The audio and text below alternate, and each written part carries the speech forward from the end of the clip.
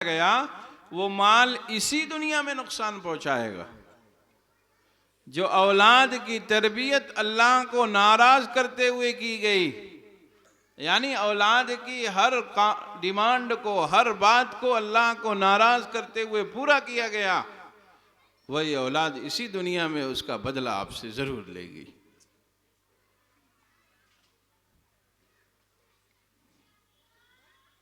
तो अल्लाह की जो नेमतें हैं, नेमतें इस्तेमाल कीजिए तो मुनीम का ख्याल भी रखिए। और जो आपको बड़ी ज़ात, एक अजीमुल मर्तबत, नबियों में सबके सरदार, उस नबी की उम्मती होने का शर्फ जो मिला हुआ है, उसका ख्याल रखते हुए जिंदगी गुजारिए। अपनी खारजी यानी अपनी बाहरी जिंदगी, अपनी दाखिली जिंदगी। आप में से अक्सर लोग सोच रहे होंगे कि भाई इसमें इतनी शरीयत थोड़ी नहीं रखी हुई है, भाई जाहिर तो सही करो,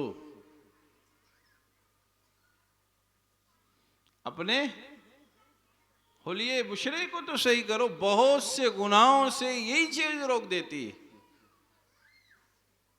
अगर आदमी, बताओ भाई, हजरत वाला रहमतुल्लाह अलैह एक बात फरमाया करते थे, जो वर्दी उतार देता है उससे फिर काम नहीं लिया, ड्यूटी नहीं ली जाती। जो वर्दी उतार देता है उससे ड्यूटी नहीं ली जाती। तो हमने वर्दी अगर उतार दी नबी सल्लल्लाहु अलैहि वसल्लम की गुलामी की, तो बताओ भाई ड्यूटी ली जाएगी? मुअत्तल कर दिया जाएगा, ड्यूटी से हटा दिया जाएगा। और वो ऐसे शर्फ की चीज़ है गुलामी, जिसे अपने लिए बाइसे इफ्तिखार समझना था, उसी को अपने लिए क्या है, बाइसे अपने लिए क्या समझ लिया, बेइज्जती का जरिया। जबान से ना सही, अमल से तो यही बताया जा रहा। जबान से कहने की हिम्मत नहीं हो पाती, लेकिन अमलन तो यही बात कही जाती है ना। कुछ बात जबान से कह दी जाती, कुछ चीज अमल करके कह दी जाती। अगर नबी सल्लल्लाहु अलैहि वसल्लम की सब चीजें जिंदगी में दाखिल, हम ये नहीं कहते कि 100% हो जाए, होती कुछ तो होती,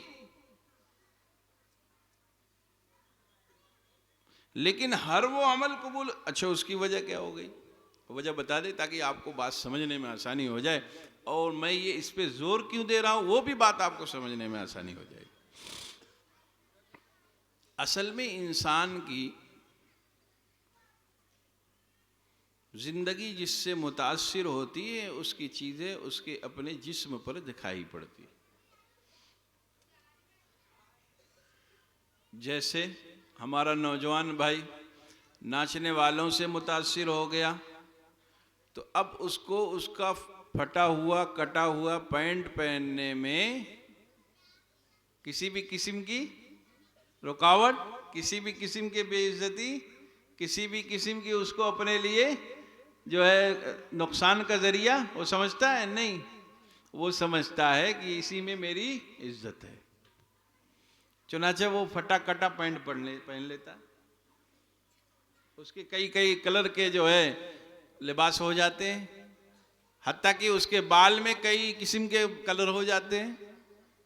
हालांकि समाज उसको अच्छा नहीं समझ रहा, उसके अपने मोहल्ले के लोग उसको नहीं अच्छा समझ रहे। जो फटा हुआ लिबास पहनता है, कटा हुआ पैंट पहनता है, नीचे एकदम से उसकी सुरीन खुलना चाहती है, इतने नीचे वो पैंट पहनता है, उसके इर्द गिर्द उसके मोहल्ले के लोग उसे नहीं सही समझते। लेकिन चूंकि उससे उसका ताल्लुक इतना मजबूत होता है कि उसे फिक्र ही नहीं होती है।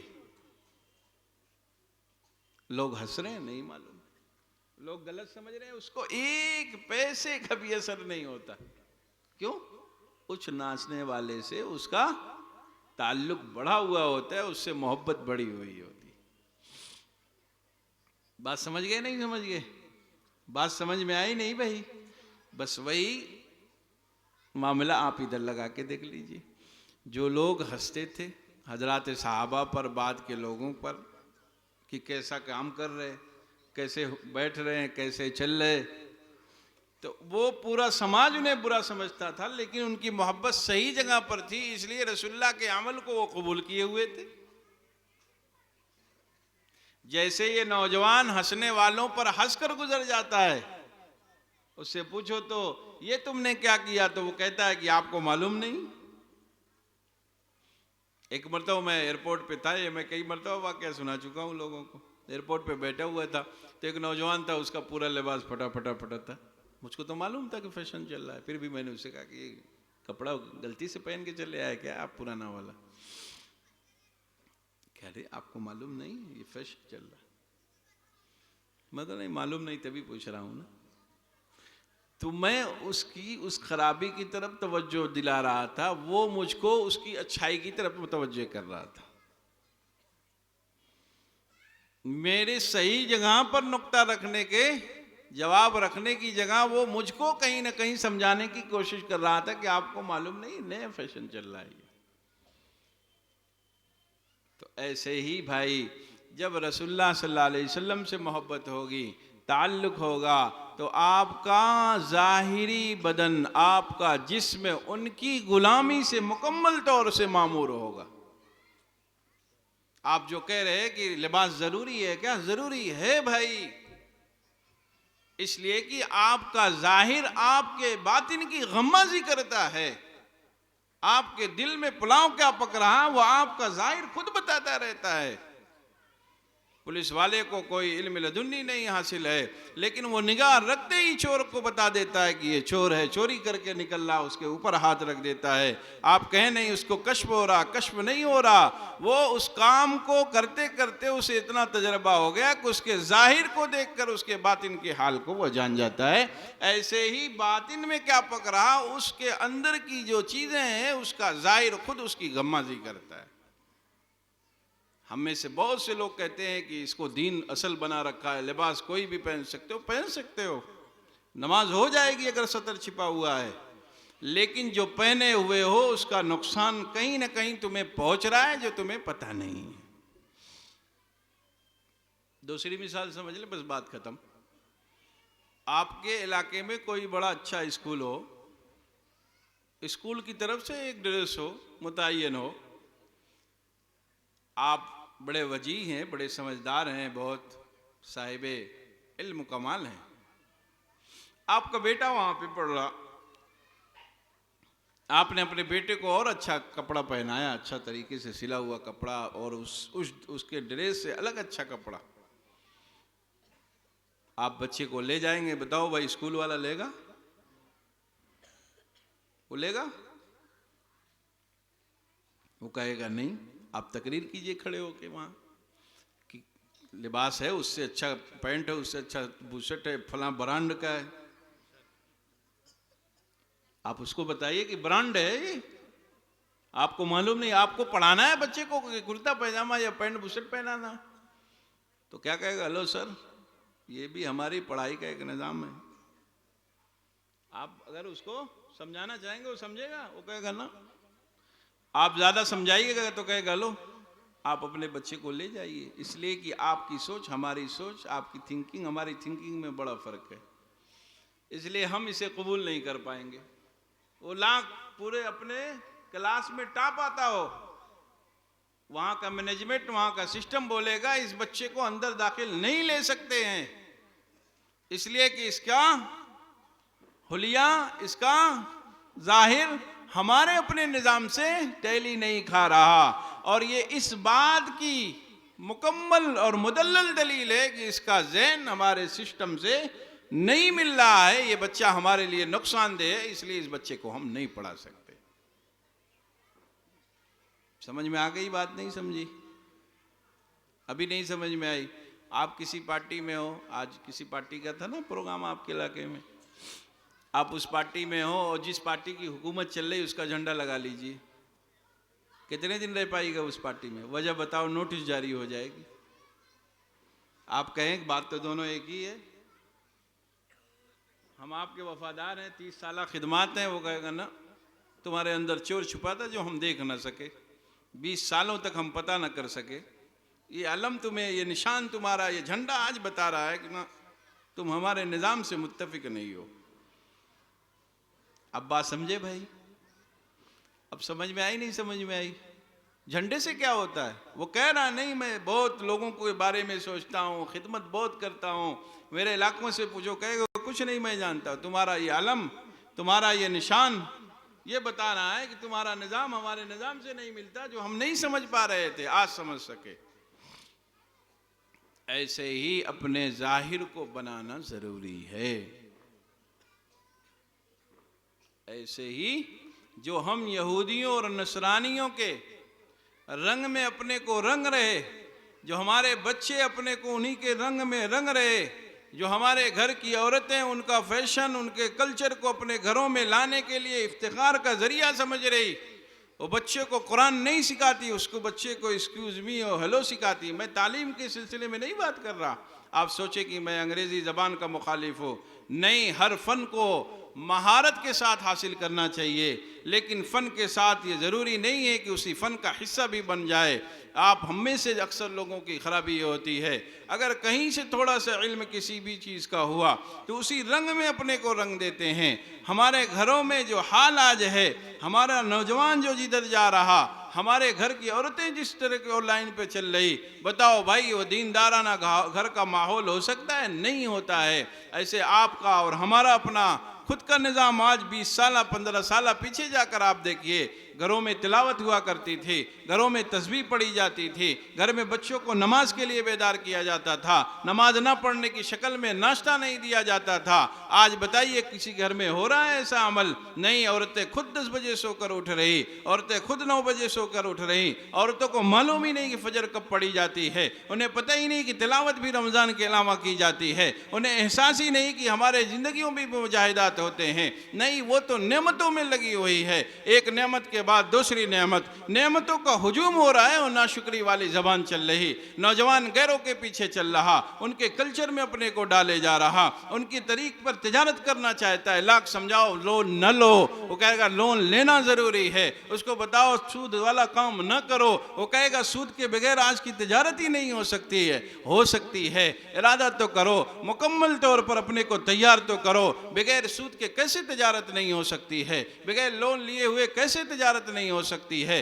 बिल्कुल हो सकती है। जो चीज़ शरीयत बता रही वो ता क़यामत बता रही, जो निज़ाम रसूलुल्लाह ले आए वो क़यामत तक के लिए आया हुआ है। आपकी तिजारत का उसूल बिगड़ जाए, आप उसको बनाएं या ना बनाएं वो तो एक अलग मसला है। मैं ये कहता रहता हूँ, अगर शरीयत की रोशनी में तिजारत की जाएगी तो आप अच्छे ताजिर भी बनिएगा, अगर शरीयत की रोशनी में आप मुलाजिमत करें तो आप अच्छे मुलाजिम भी बन सकते हैं। अगर शरीयत की रोशनी में अपने घर को मुकम्मल तौर पर डाला जाए तो वो घर जन्नत नुमा बन भी सकता है।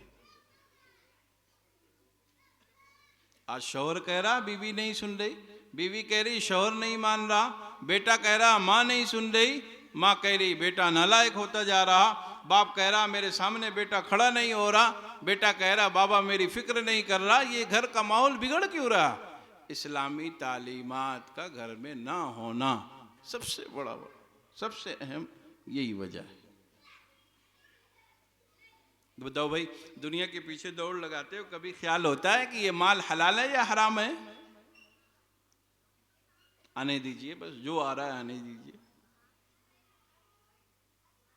किसी एक चीज से पूरा जिस्म जख्मी है, जख्म बताएं कहां से?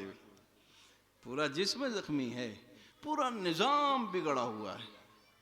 किसी एक हिस्से में अगर तकलीफ हो तो उसकी तरफ तवज्जो दिलाई जाए, एक हिस्सा नहीं सही हमारा। इसलिए भाई अपने अपने घरों में रसूलुल्लाह सल्लल्लाहु अलैहि वसल्लम की ज़िंदगी को पढ़ने का मामूल बनाइए। कम से कम मक्की ज़िंदगी ला करके, उर्दू ज़बान जाते उर्दू ज़बान में, रसूलुल्लाह की सीरत लिखी हुई है अंग्रेज़ी ज़बान में, और कोई अलग से ज़बान यहाँ की होगी मराठी ज़बान में। हर ज़बान में अल्लाह ने ऐसे लोग पैदा फरमाए जिन्होंने रसूलुल्लाह सल्लल्लाहु अलैहि वसल्लम की चीज़ों को मुंतकिल कर रखा है। लाकर पढ़ना शुरू कीजिए और पढ़ करके उस पर अमल करने की कोशिश कीजिए, और पूरे घर को बैठा कर पढ़ाइए। पूरे घर को एक साथ बैठाइए और 10 मिनट की तालीम कीजिए। मालूम तो हो नौजवान को रसूलुल्लाह क्या कर गए हमारे लिए, उसे तो पता ही नहीं। उसे तो मालूम है नाचने वाला हमारा मौज़िन है। और यही अगर निज़ाम हमारे घरों में चलता रहा तो बहुत अनकरीब वो हालात भी हम देखेंगे कि हमारा अपना घर का बच्चा, हमारा अपने घर का नौजवान, उसे मालूम भी नहीं होगा कि हज़रत अबू बकर, उमर, उस्मान, अली कौन है, इसलिए कि हम तवज्जो ही नहीं दे रहे। अब्बा बेटे को समझ रहा है एटीएम मशीन बन जाता, क्या सोच पैदा हो रही, बच्चा एटीएम मशीन हो जाता, पैसा फेंकता बस। उसकी जिंदगी में दीन आ जाए, वो दीनदार बन जाए, नमाज का एहतमाम करने वाला। बताओ भाई, इतने लोग हम लोग बैठे हुए हैं, कौन है आज जो अपने बच्चे को उठाकर खड़ा कर देता है नमाज के लिए? 80% लोग तो बोलते ही नहीं, और उसमें उस 80 में से जो है 50%, 60% खुद ही नहीं उठते, 10-20% उठते हैं तो बच्चों को उठाते ही नहीं। 2-4-5% लोग होंगे जिनकी हिम्मत इतनी हो जाती है कि उठ जाते हुए बोलते चले चलो चलो नमाज में। बस किसी की ये जुरात नहीं है कि वो घर में ऐलान कर दे कि इस छत के नीचे रहना है तो नमाज पढ़नी है। इस घर में चाहे वो मर्द हो चाहे औरत हो, यानी बेटा हो बेटी हो बहू हो, हर किसी को घर में ऐलान कर दे घर का सरपरस्त कि घर में रहना है तो नमाज का एहतमाम करना पड़ेगा। नमाज आप नहीं पढ़ सकिएगा तो कहीं अपना निज़ाम और बना लीजिएगा। नमाज की अगली सब में आप हमसे मिलिएगा, वो अपने बेटे से कहे, वरना मैं पूरी तिजारत फला को दे दूंगा, वरना मैं अपनी तिजारत से तुम्हें बेदखल कर दूंगा। आप देखो तो फिर बच्चा नमाजी होता है या नहीं होता है, बेटी नमाजी होती है या नहीं होती है, बहू आपकी तिलावत करने वाली बनती है या नहीं बनती है। हाँ, अपने ऊपर थोड़ा सा काबू रखना पड़ेगा। मोहब्बत वाला जो आपका निज़ाम उछल उछल के बाहर आता रहता है, उसे थोड़ा दबा के रखिएगा और सीधे कह दीजिएगा। अल्लाह ताला ने कुरान पर फरमाया वअमुर अहलका बिस्सलाह, नमाज का हुक्म करो। हुक्म करें, देखें, जैसे आप बताते हैं 9 बजे दुकान खुलनी चाहिए, वैसे बताइए कि फजर में मस्जिद में मिलिएगा। देखिए बच्चा कैसे नहीं संभलेगा, लेकिन खुद ही इरादा नहीं। उसकी मिसाल दे दूं, बस बात खत्म। आपके घर में आग लग जाए, अब बताओ भाई बच्चों से क्या कहोगे, घर वालों से? देखो आग लग गई, बराए करम उठ जाते, पूरा घर सर पे उठा लीजिए कि आग लग गई। नहीं उठेगा तो पैर खींच कर बाहर तक ले आइएगा। क्यों? कि बच्चे को, मेरे अपने घर के लोगों को आग नुकसान न पहुंचा सके, ये मोहब्बत की वजह से। तो उससे ज्यादा मोहब्बत अपने घर वालों से अगर है तो भाई फौरन घर से बच्चों को बाहर मस्जिद तक ले जाइए, फौरन बेटियों को, बहनों को उठा करके नमाज के लिए तैयार कर दीजिए। इसलिए कि अल्लाह ने फरमाया है कि अपने घर वालों को ऐसी आग से बचाओ, कू अनफुसकुम व अहलीकुम नारा, खुद को और घर वालों को ऐसी आग से बचाओ जिसका ईंधन कौन है? इंसान और पत्थर बनने वाले हैं। उसमें ये पत्थर डालकर आग बढ़ाई जाएगी, इंसान फेंक कर उसके जो आग की लपटें हैं वो उठाई जाएंगी। जैसे आप आग जलाते हो, उसमें एक लकड़ी की जगह दूसरी लकड़ी लगाते हो कि आग तेज हो जाए, वैसे ही वो आग का ईंधन इंसान बनने वाला है, पत्थर बनने वाला है। ये दुनिया की आग उसके सामने कुछ भी नहीं है, जितनी सख्त वो आग होगी। और अल्लाह ने फरमाया कि अपने घर वालों को बचाओ। अब बताओ भाई, बच्चे को उठाओगे नहीं उठाओगे? बच्चे को उठाओगे यानी आग से बचाओगे, बच्चों को उठाओगे नमाज तक ले जाओगे यानी उन्हें गड्ढे में गिरने से बचाओगे। आप अपनी बच्चियों को, अपनी बेटियों को, अपनी बहुओं को, अपनी बहनों को नमाज के लिए उठाइए। अगर वो लोग नमाज पढ़ेंगे गोया कि आप उनको आग से बचा रहे हैं। मोहब्बत क्या आपकी मोहब्बत आपसे क्या इसरार करती है? वो यही चाहती है कि आप अपने घर वालों को तमाम चीज़ों से महफूज रखो। इसलिए बस बात खत्म। इरादा करिए कि खुद दीनदार बनेंगे और अपने बच्चों को भी दीनदार बनाएंगे। अपनी घर की औरतों को दीनदार बनाएंगे, अपनी बेटियों को शरई पर्दे का एहतमाम कराएंगे, तिलावत का एहतमाम घरों में होगा, रसूलुल्लाह सल्लल्लाहु अलैहि वसल्लम की ज़िंदगी पर 5 मिनट की बातचीत हो जाएगी। और जो हमारी बहनें आई हुई हैं, मैं उनसे दरख्वास्त करता हूँ कि आप हजरात साहबियात, हजरत अज़वाज मुतहरात जो हैं, रसूलुल्लाह सल्लल्लाहु अलैहि वसल्लम की बेटियाँ जो हैं, उनकी ज़िंदगियों पर लिखी हुई किताबें हैं, उर्दू में भी हैं और दीगर ज़बानों में लिखी हुई है, आप उसे मंगा करके उसको पढ़ें। हज़रत फ़ातिमा की ज़िंदगी को पढ़ें, हज़रत ज़ैनब की ज़िंदगी को पढ़ें, हज़रत आयशा की ज़िंदगी को पढ़ें, तो आपको पता चलेगा कि वो कितने मुजाहिदात करके इस दुनिया से चले गए। और हम हैं कि तमाम तरह की नेमतों में पड़े हुए, फिर भी अल्लाह और उसके रसूल को नाराज़ करने में लगे हुए। इसलिए हमारी माएँ जो घर की सरपरस्त हैं, आई हुई हैं, वो बच्चियों की तरबियत पर खुसूसी ध्यान दें, खुद दीनदार बने। और ये फ़ोन जो वक्त बर्बाद कर रहा, घर की औरतें समझती हैं कि हम बात करेंगे फ़ोन फ्री है। भाई फ़ोन तो फ्री हो, आप तो फ्री नहीं हो, आपका वक्त फ्री का थोड़ा नहीं है, बहुत कीमती वक्त है जिसका कोई बदल ही नहीं हो सकता। इसलिए आधा आधा घंटा, एक एक घंटा मोबाइल पर हमारी घर की औरतें जो जिम्मेदार हैं, पूरे रिश्तेदारी में बात करके घंटों घंटों गुजारती हैं। सबका हाल चाल लेना, इसको मुख्तसर कीजिए और तस्बीह पढ़ा कीजिए, सुबहान अल्लाह, अल्हम्दुलिल्लाह, अल्लाहु अकबर पढ़ा कीजिए, दरूद शरीफ पढ़ा कीजिए, पहला कलमा पढ़ा कीजिए, तीसरा कलमा पढ़ा कीजिए, चौथा कलमा पढ़ा कीजिए। आप घर में रहते हुए तमाम कामों को करते हुए अपनी ज़बान को तस्बीह और तहमीद में लगाने की फ़िक्र करें। घर के नौजवान जो लोग हैं, वो अपने आप को दीनदार बनाने की फ़िक्र करें। अल्लाह ताला हम सब को नेक और साले बनाएं, अपने घर वालों को नेक और साले बनाने की फ़िक्र अता फ़रमाएँ। और ये सब चीज़ें जब होगी, जब हम उलमा से मोहब्बत करेंगे, आइम्मा से मोहब्बत करेंगे, मुफ्तियान एज़ाम से मोहब्बत रखेंगे, उनसे ताल्लुक़ रखेंगे, उनसे मिलना जुलना करते रहेंगे, उनके पास 10-5 मिनट बैठते रहेंगे, तो अल्लाह ताला वो जज्बा भी पैदा फरमा देगा कि हम अपने आप को भी संभाल ले जाएंगे और अपने घर वालों को भी संभाल ले जाएंगे। अल्लाह ताला हम सब को अमल करने की तौफीक इनायत फरमाए। व आखिरु दावाना अल्हम्दुलिल्लाहि रब्बिल आलमीन। अल्लाहुम्मा सल्लि अला सय्यिदिना व मौलाना मुहम्मदिन अब्दुहु व रसूलुहु कुल्लमा ज़करहु ज़ाकिरून कुल्लमा गफ़ला अन ज़िक्रिल गाफ़िलून। या इलाहल आलमीन तुब अलैना अजमईन रब्बिग़फ़िर वरहम व अंत खैरुर राहिमीन। अल्लाह माद अपने फ़ज़ल व करम से हम में से हर एक के कसूरों को, गुनाहों को माफ़ फरमा। हम में से हर एक को अपना कवी सही ताल्लुक़ अता फ़रमा। अल्लाह हम में से जो परेशान हाल हैं, उनकी परेशानियों को दूर फरमा।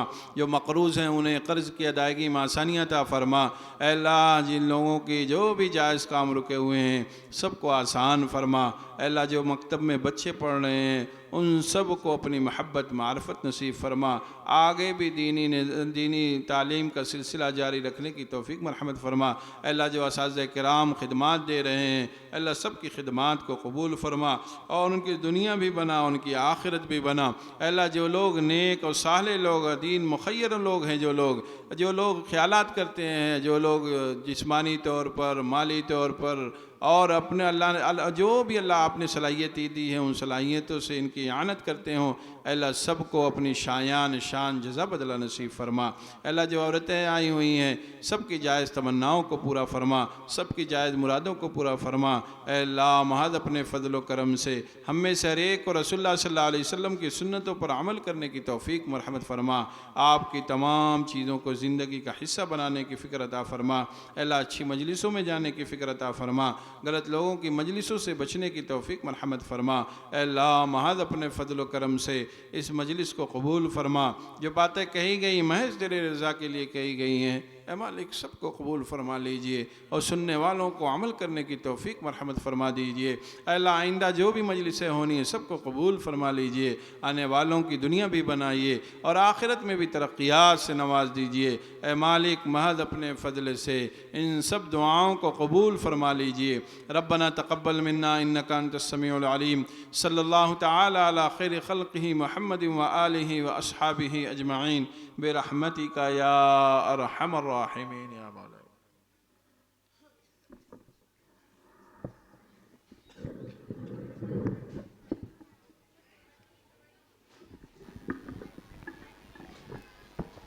वे जो लोग बाहर से आए हुए उन तमाम हज़रात से गुजारिश है कि रसूल शाह मस्जिद के अंदर अभी फ़ौरन अज़ान होंगी, फिर नमाज़ होंगी और नमाज के फ़ौरन बाद खाना होगा।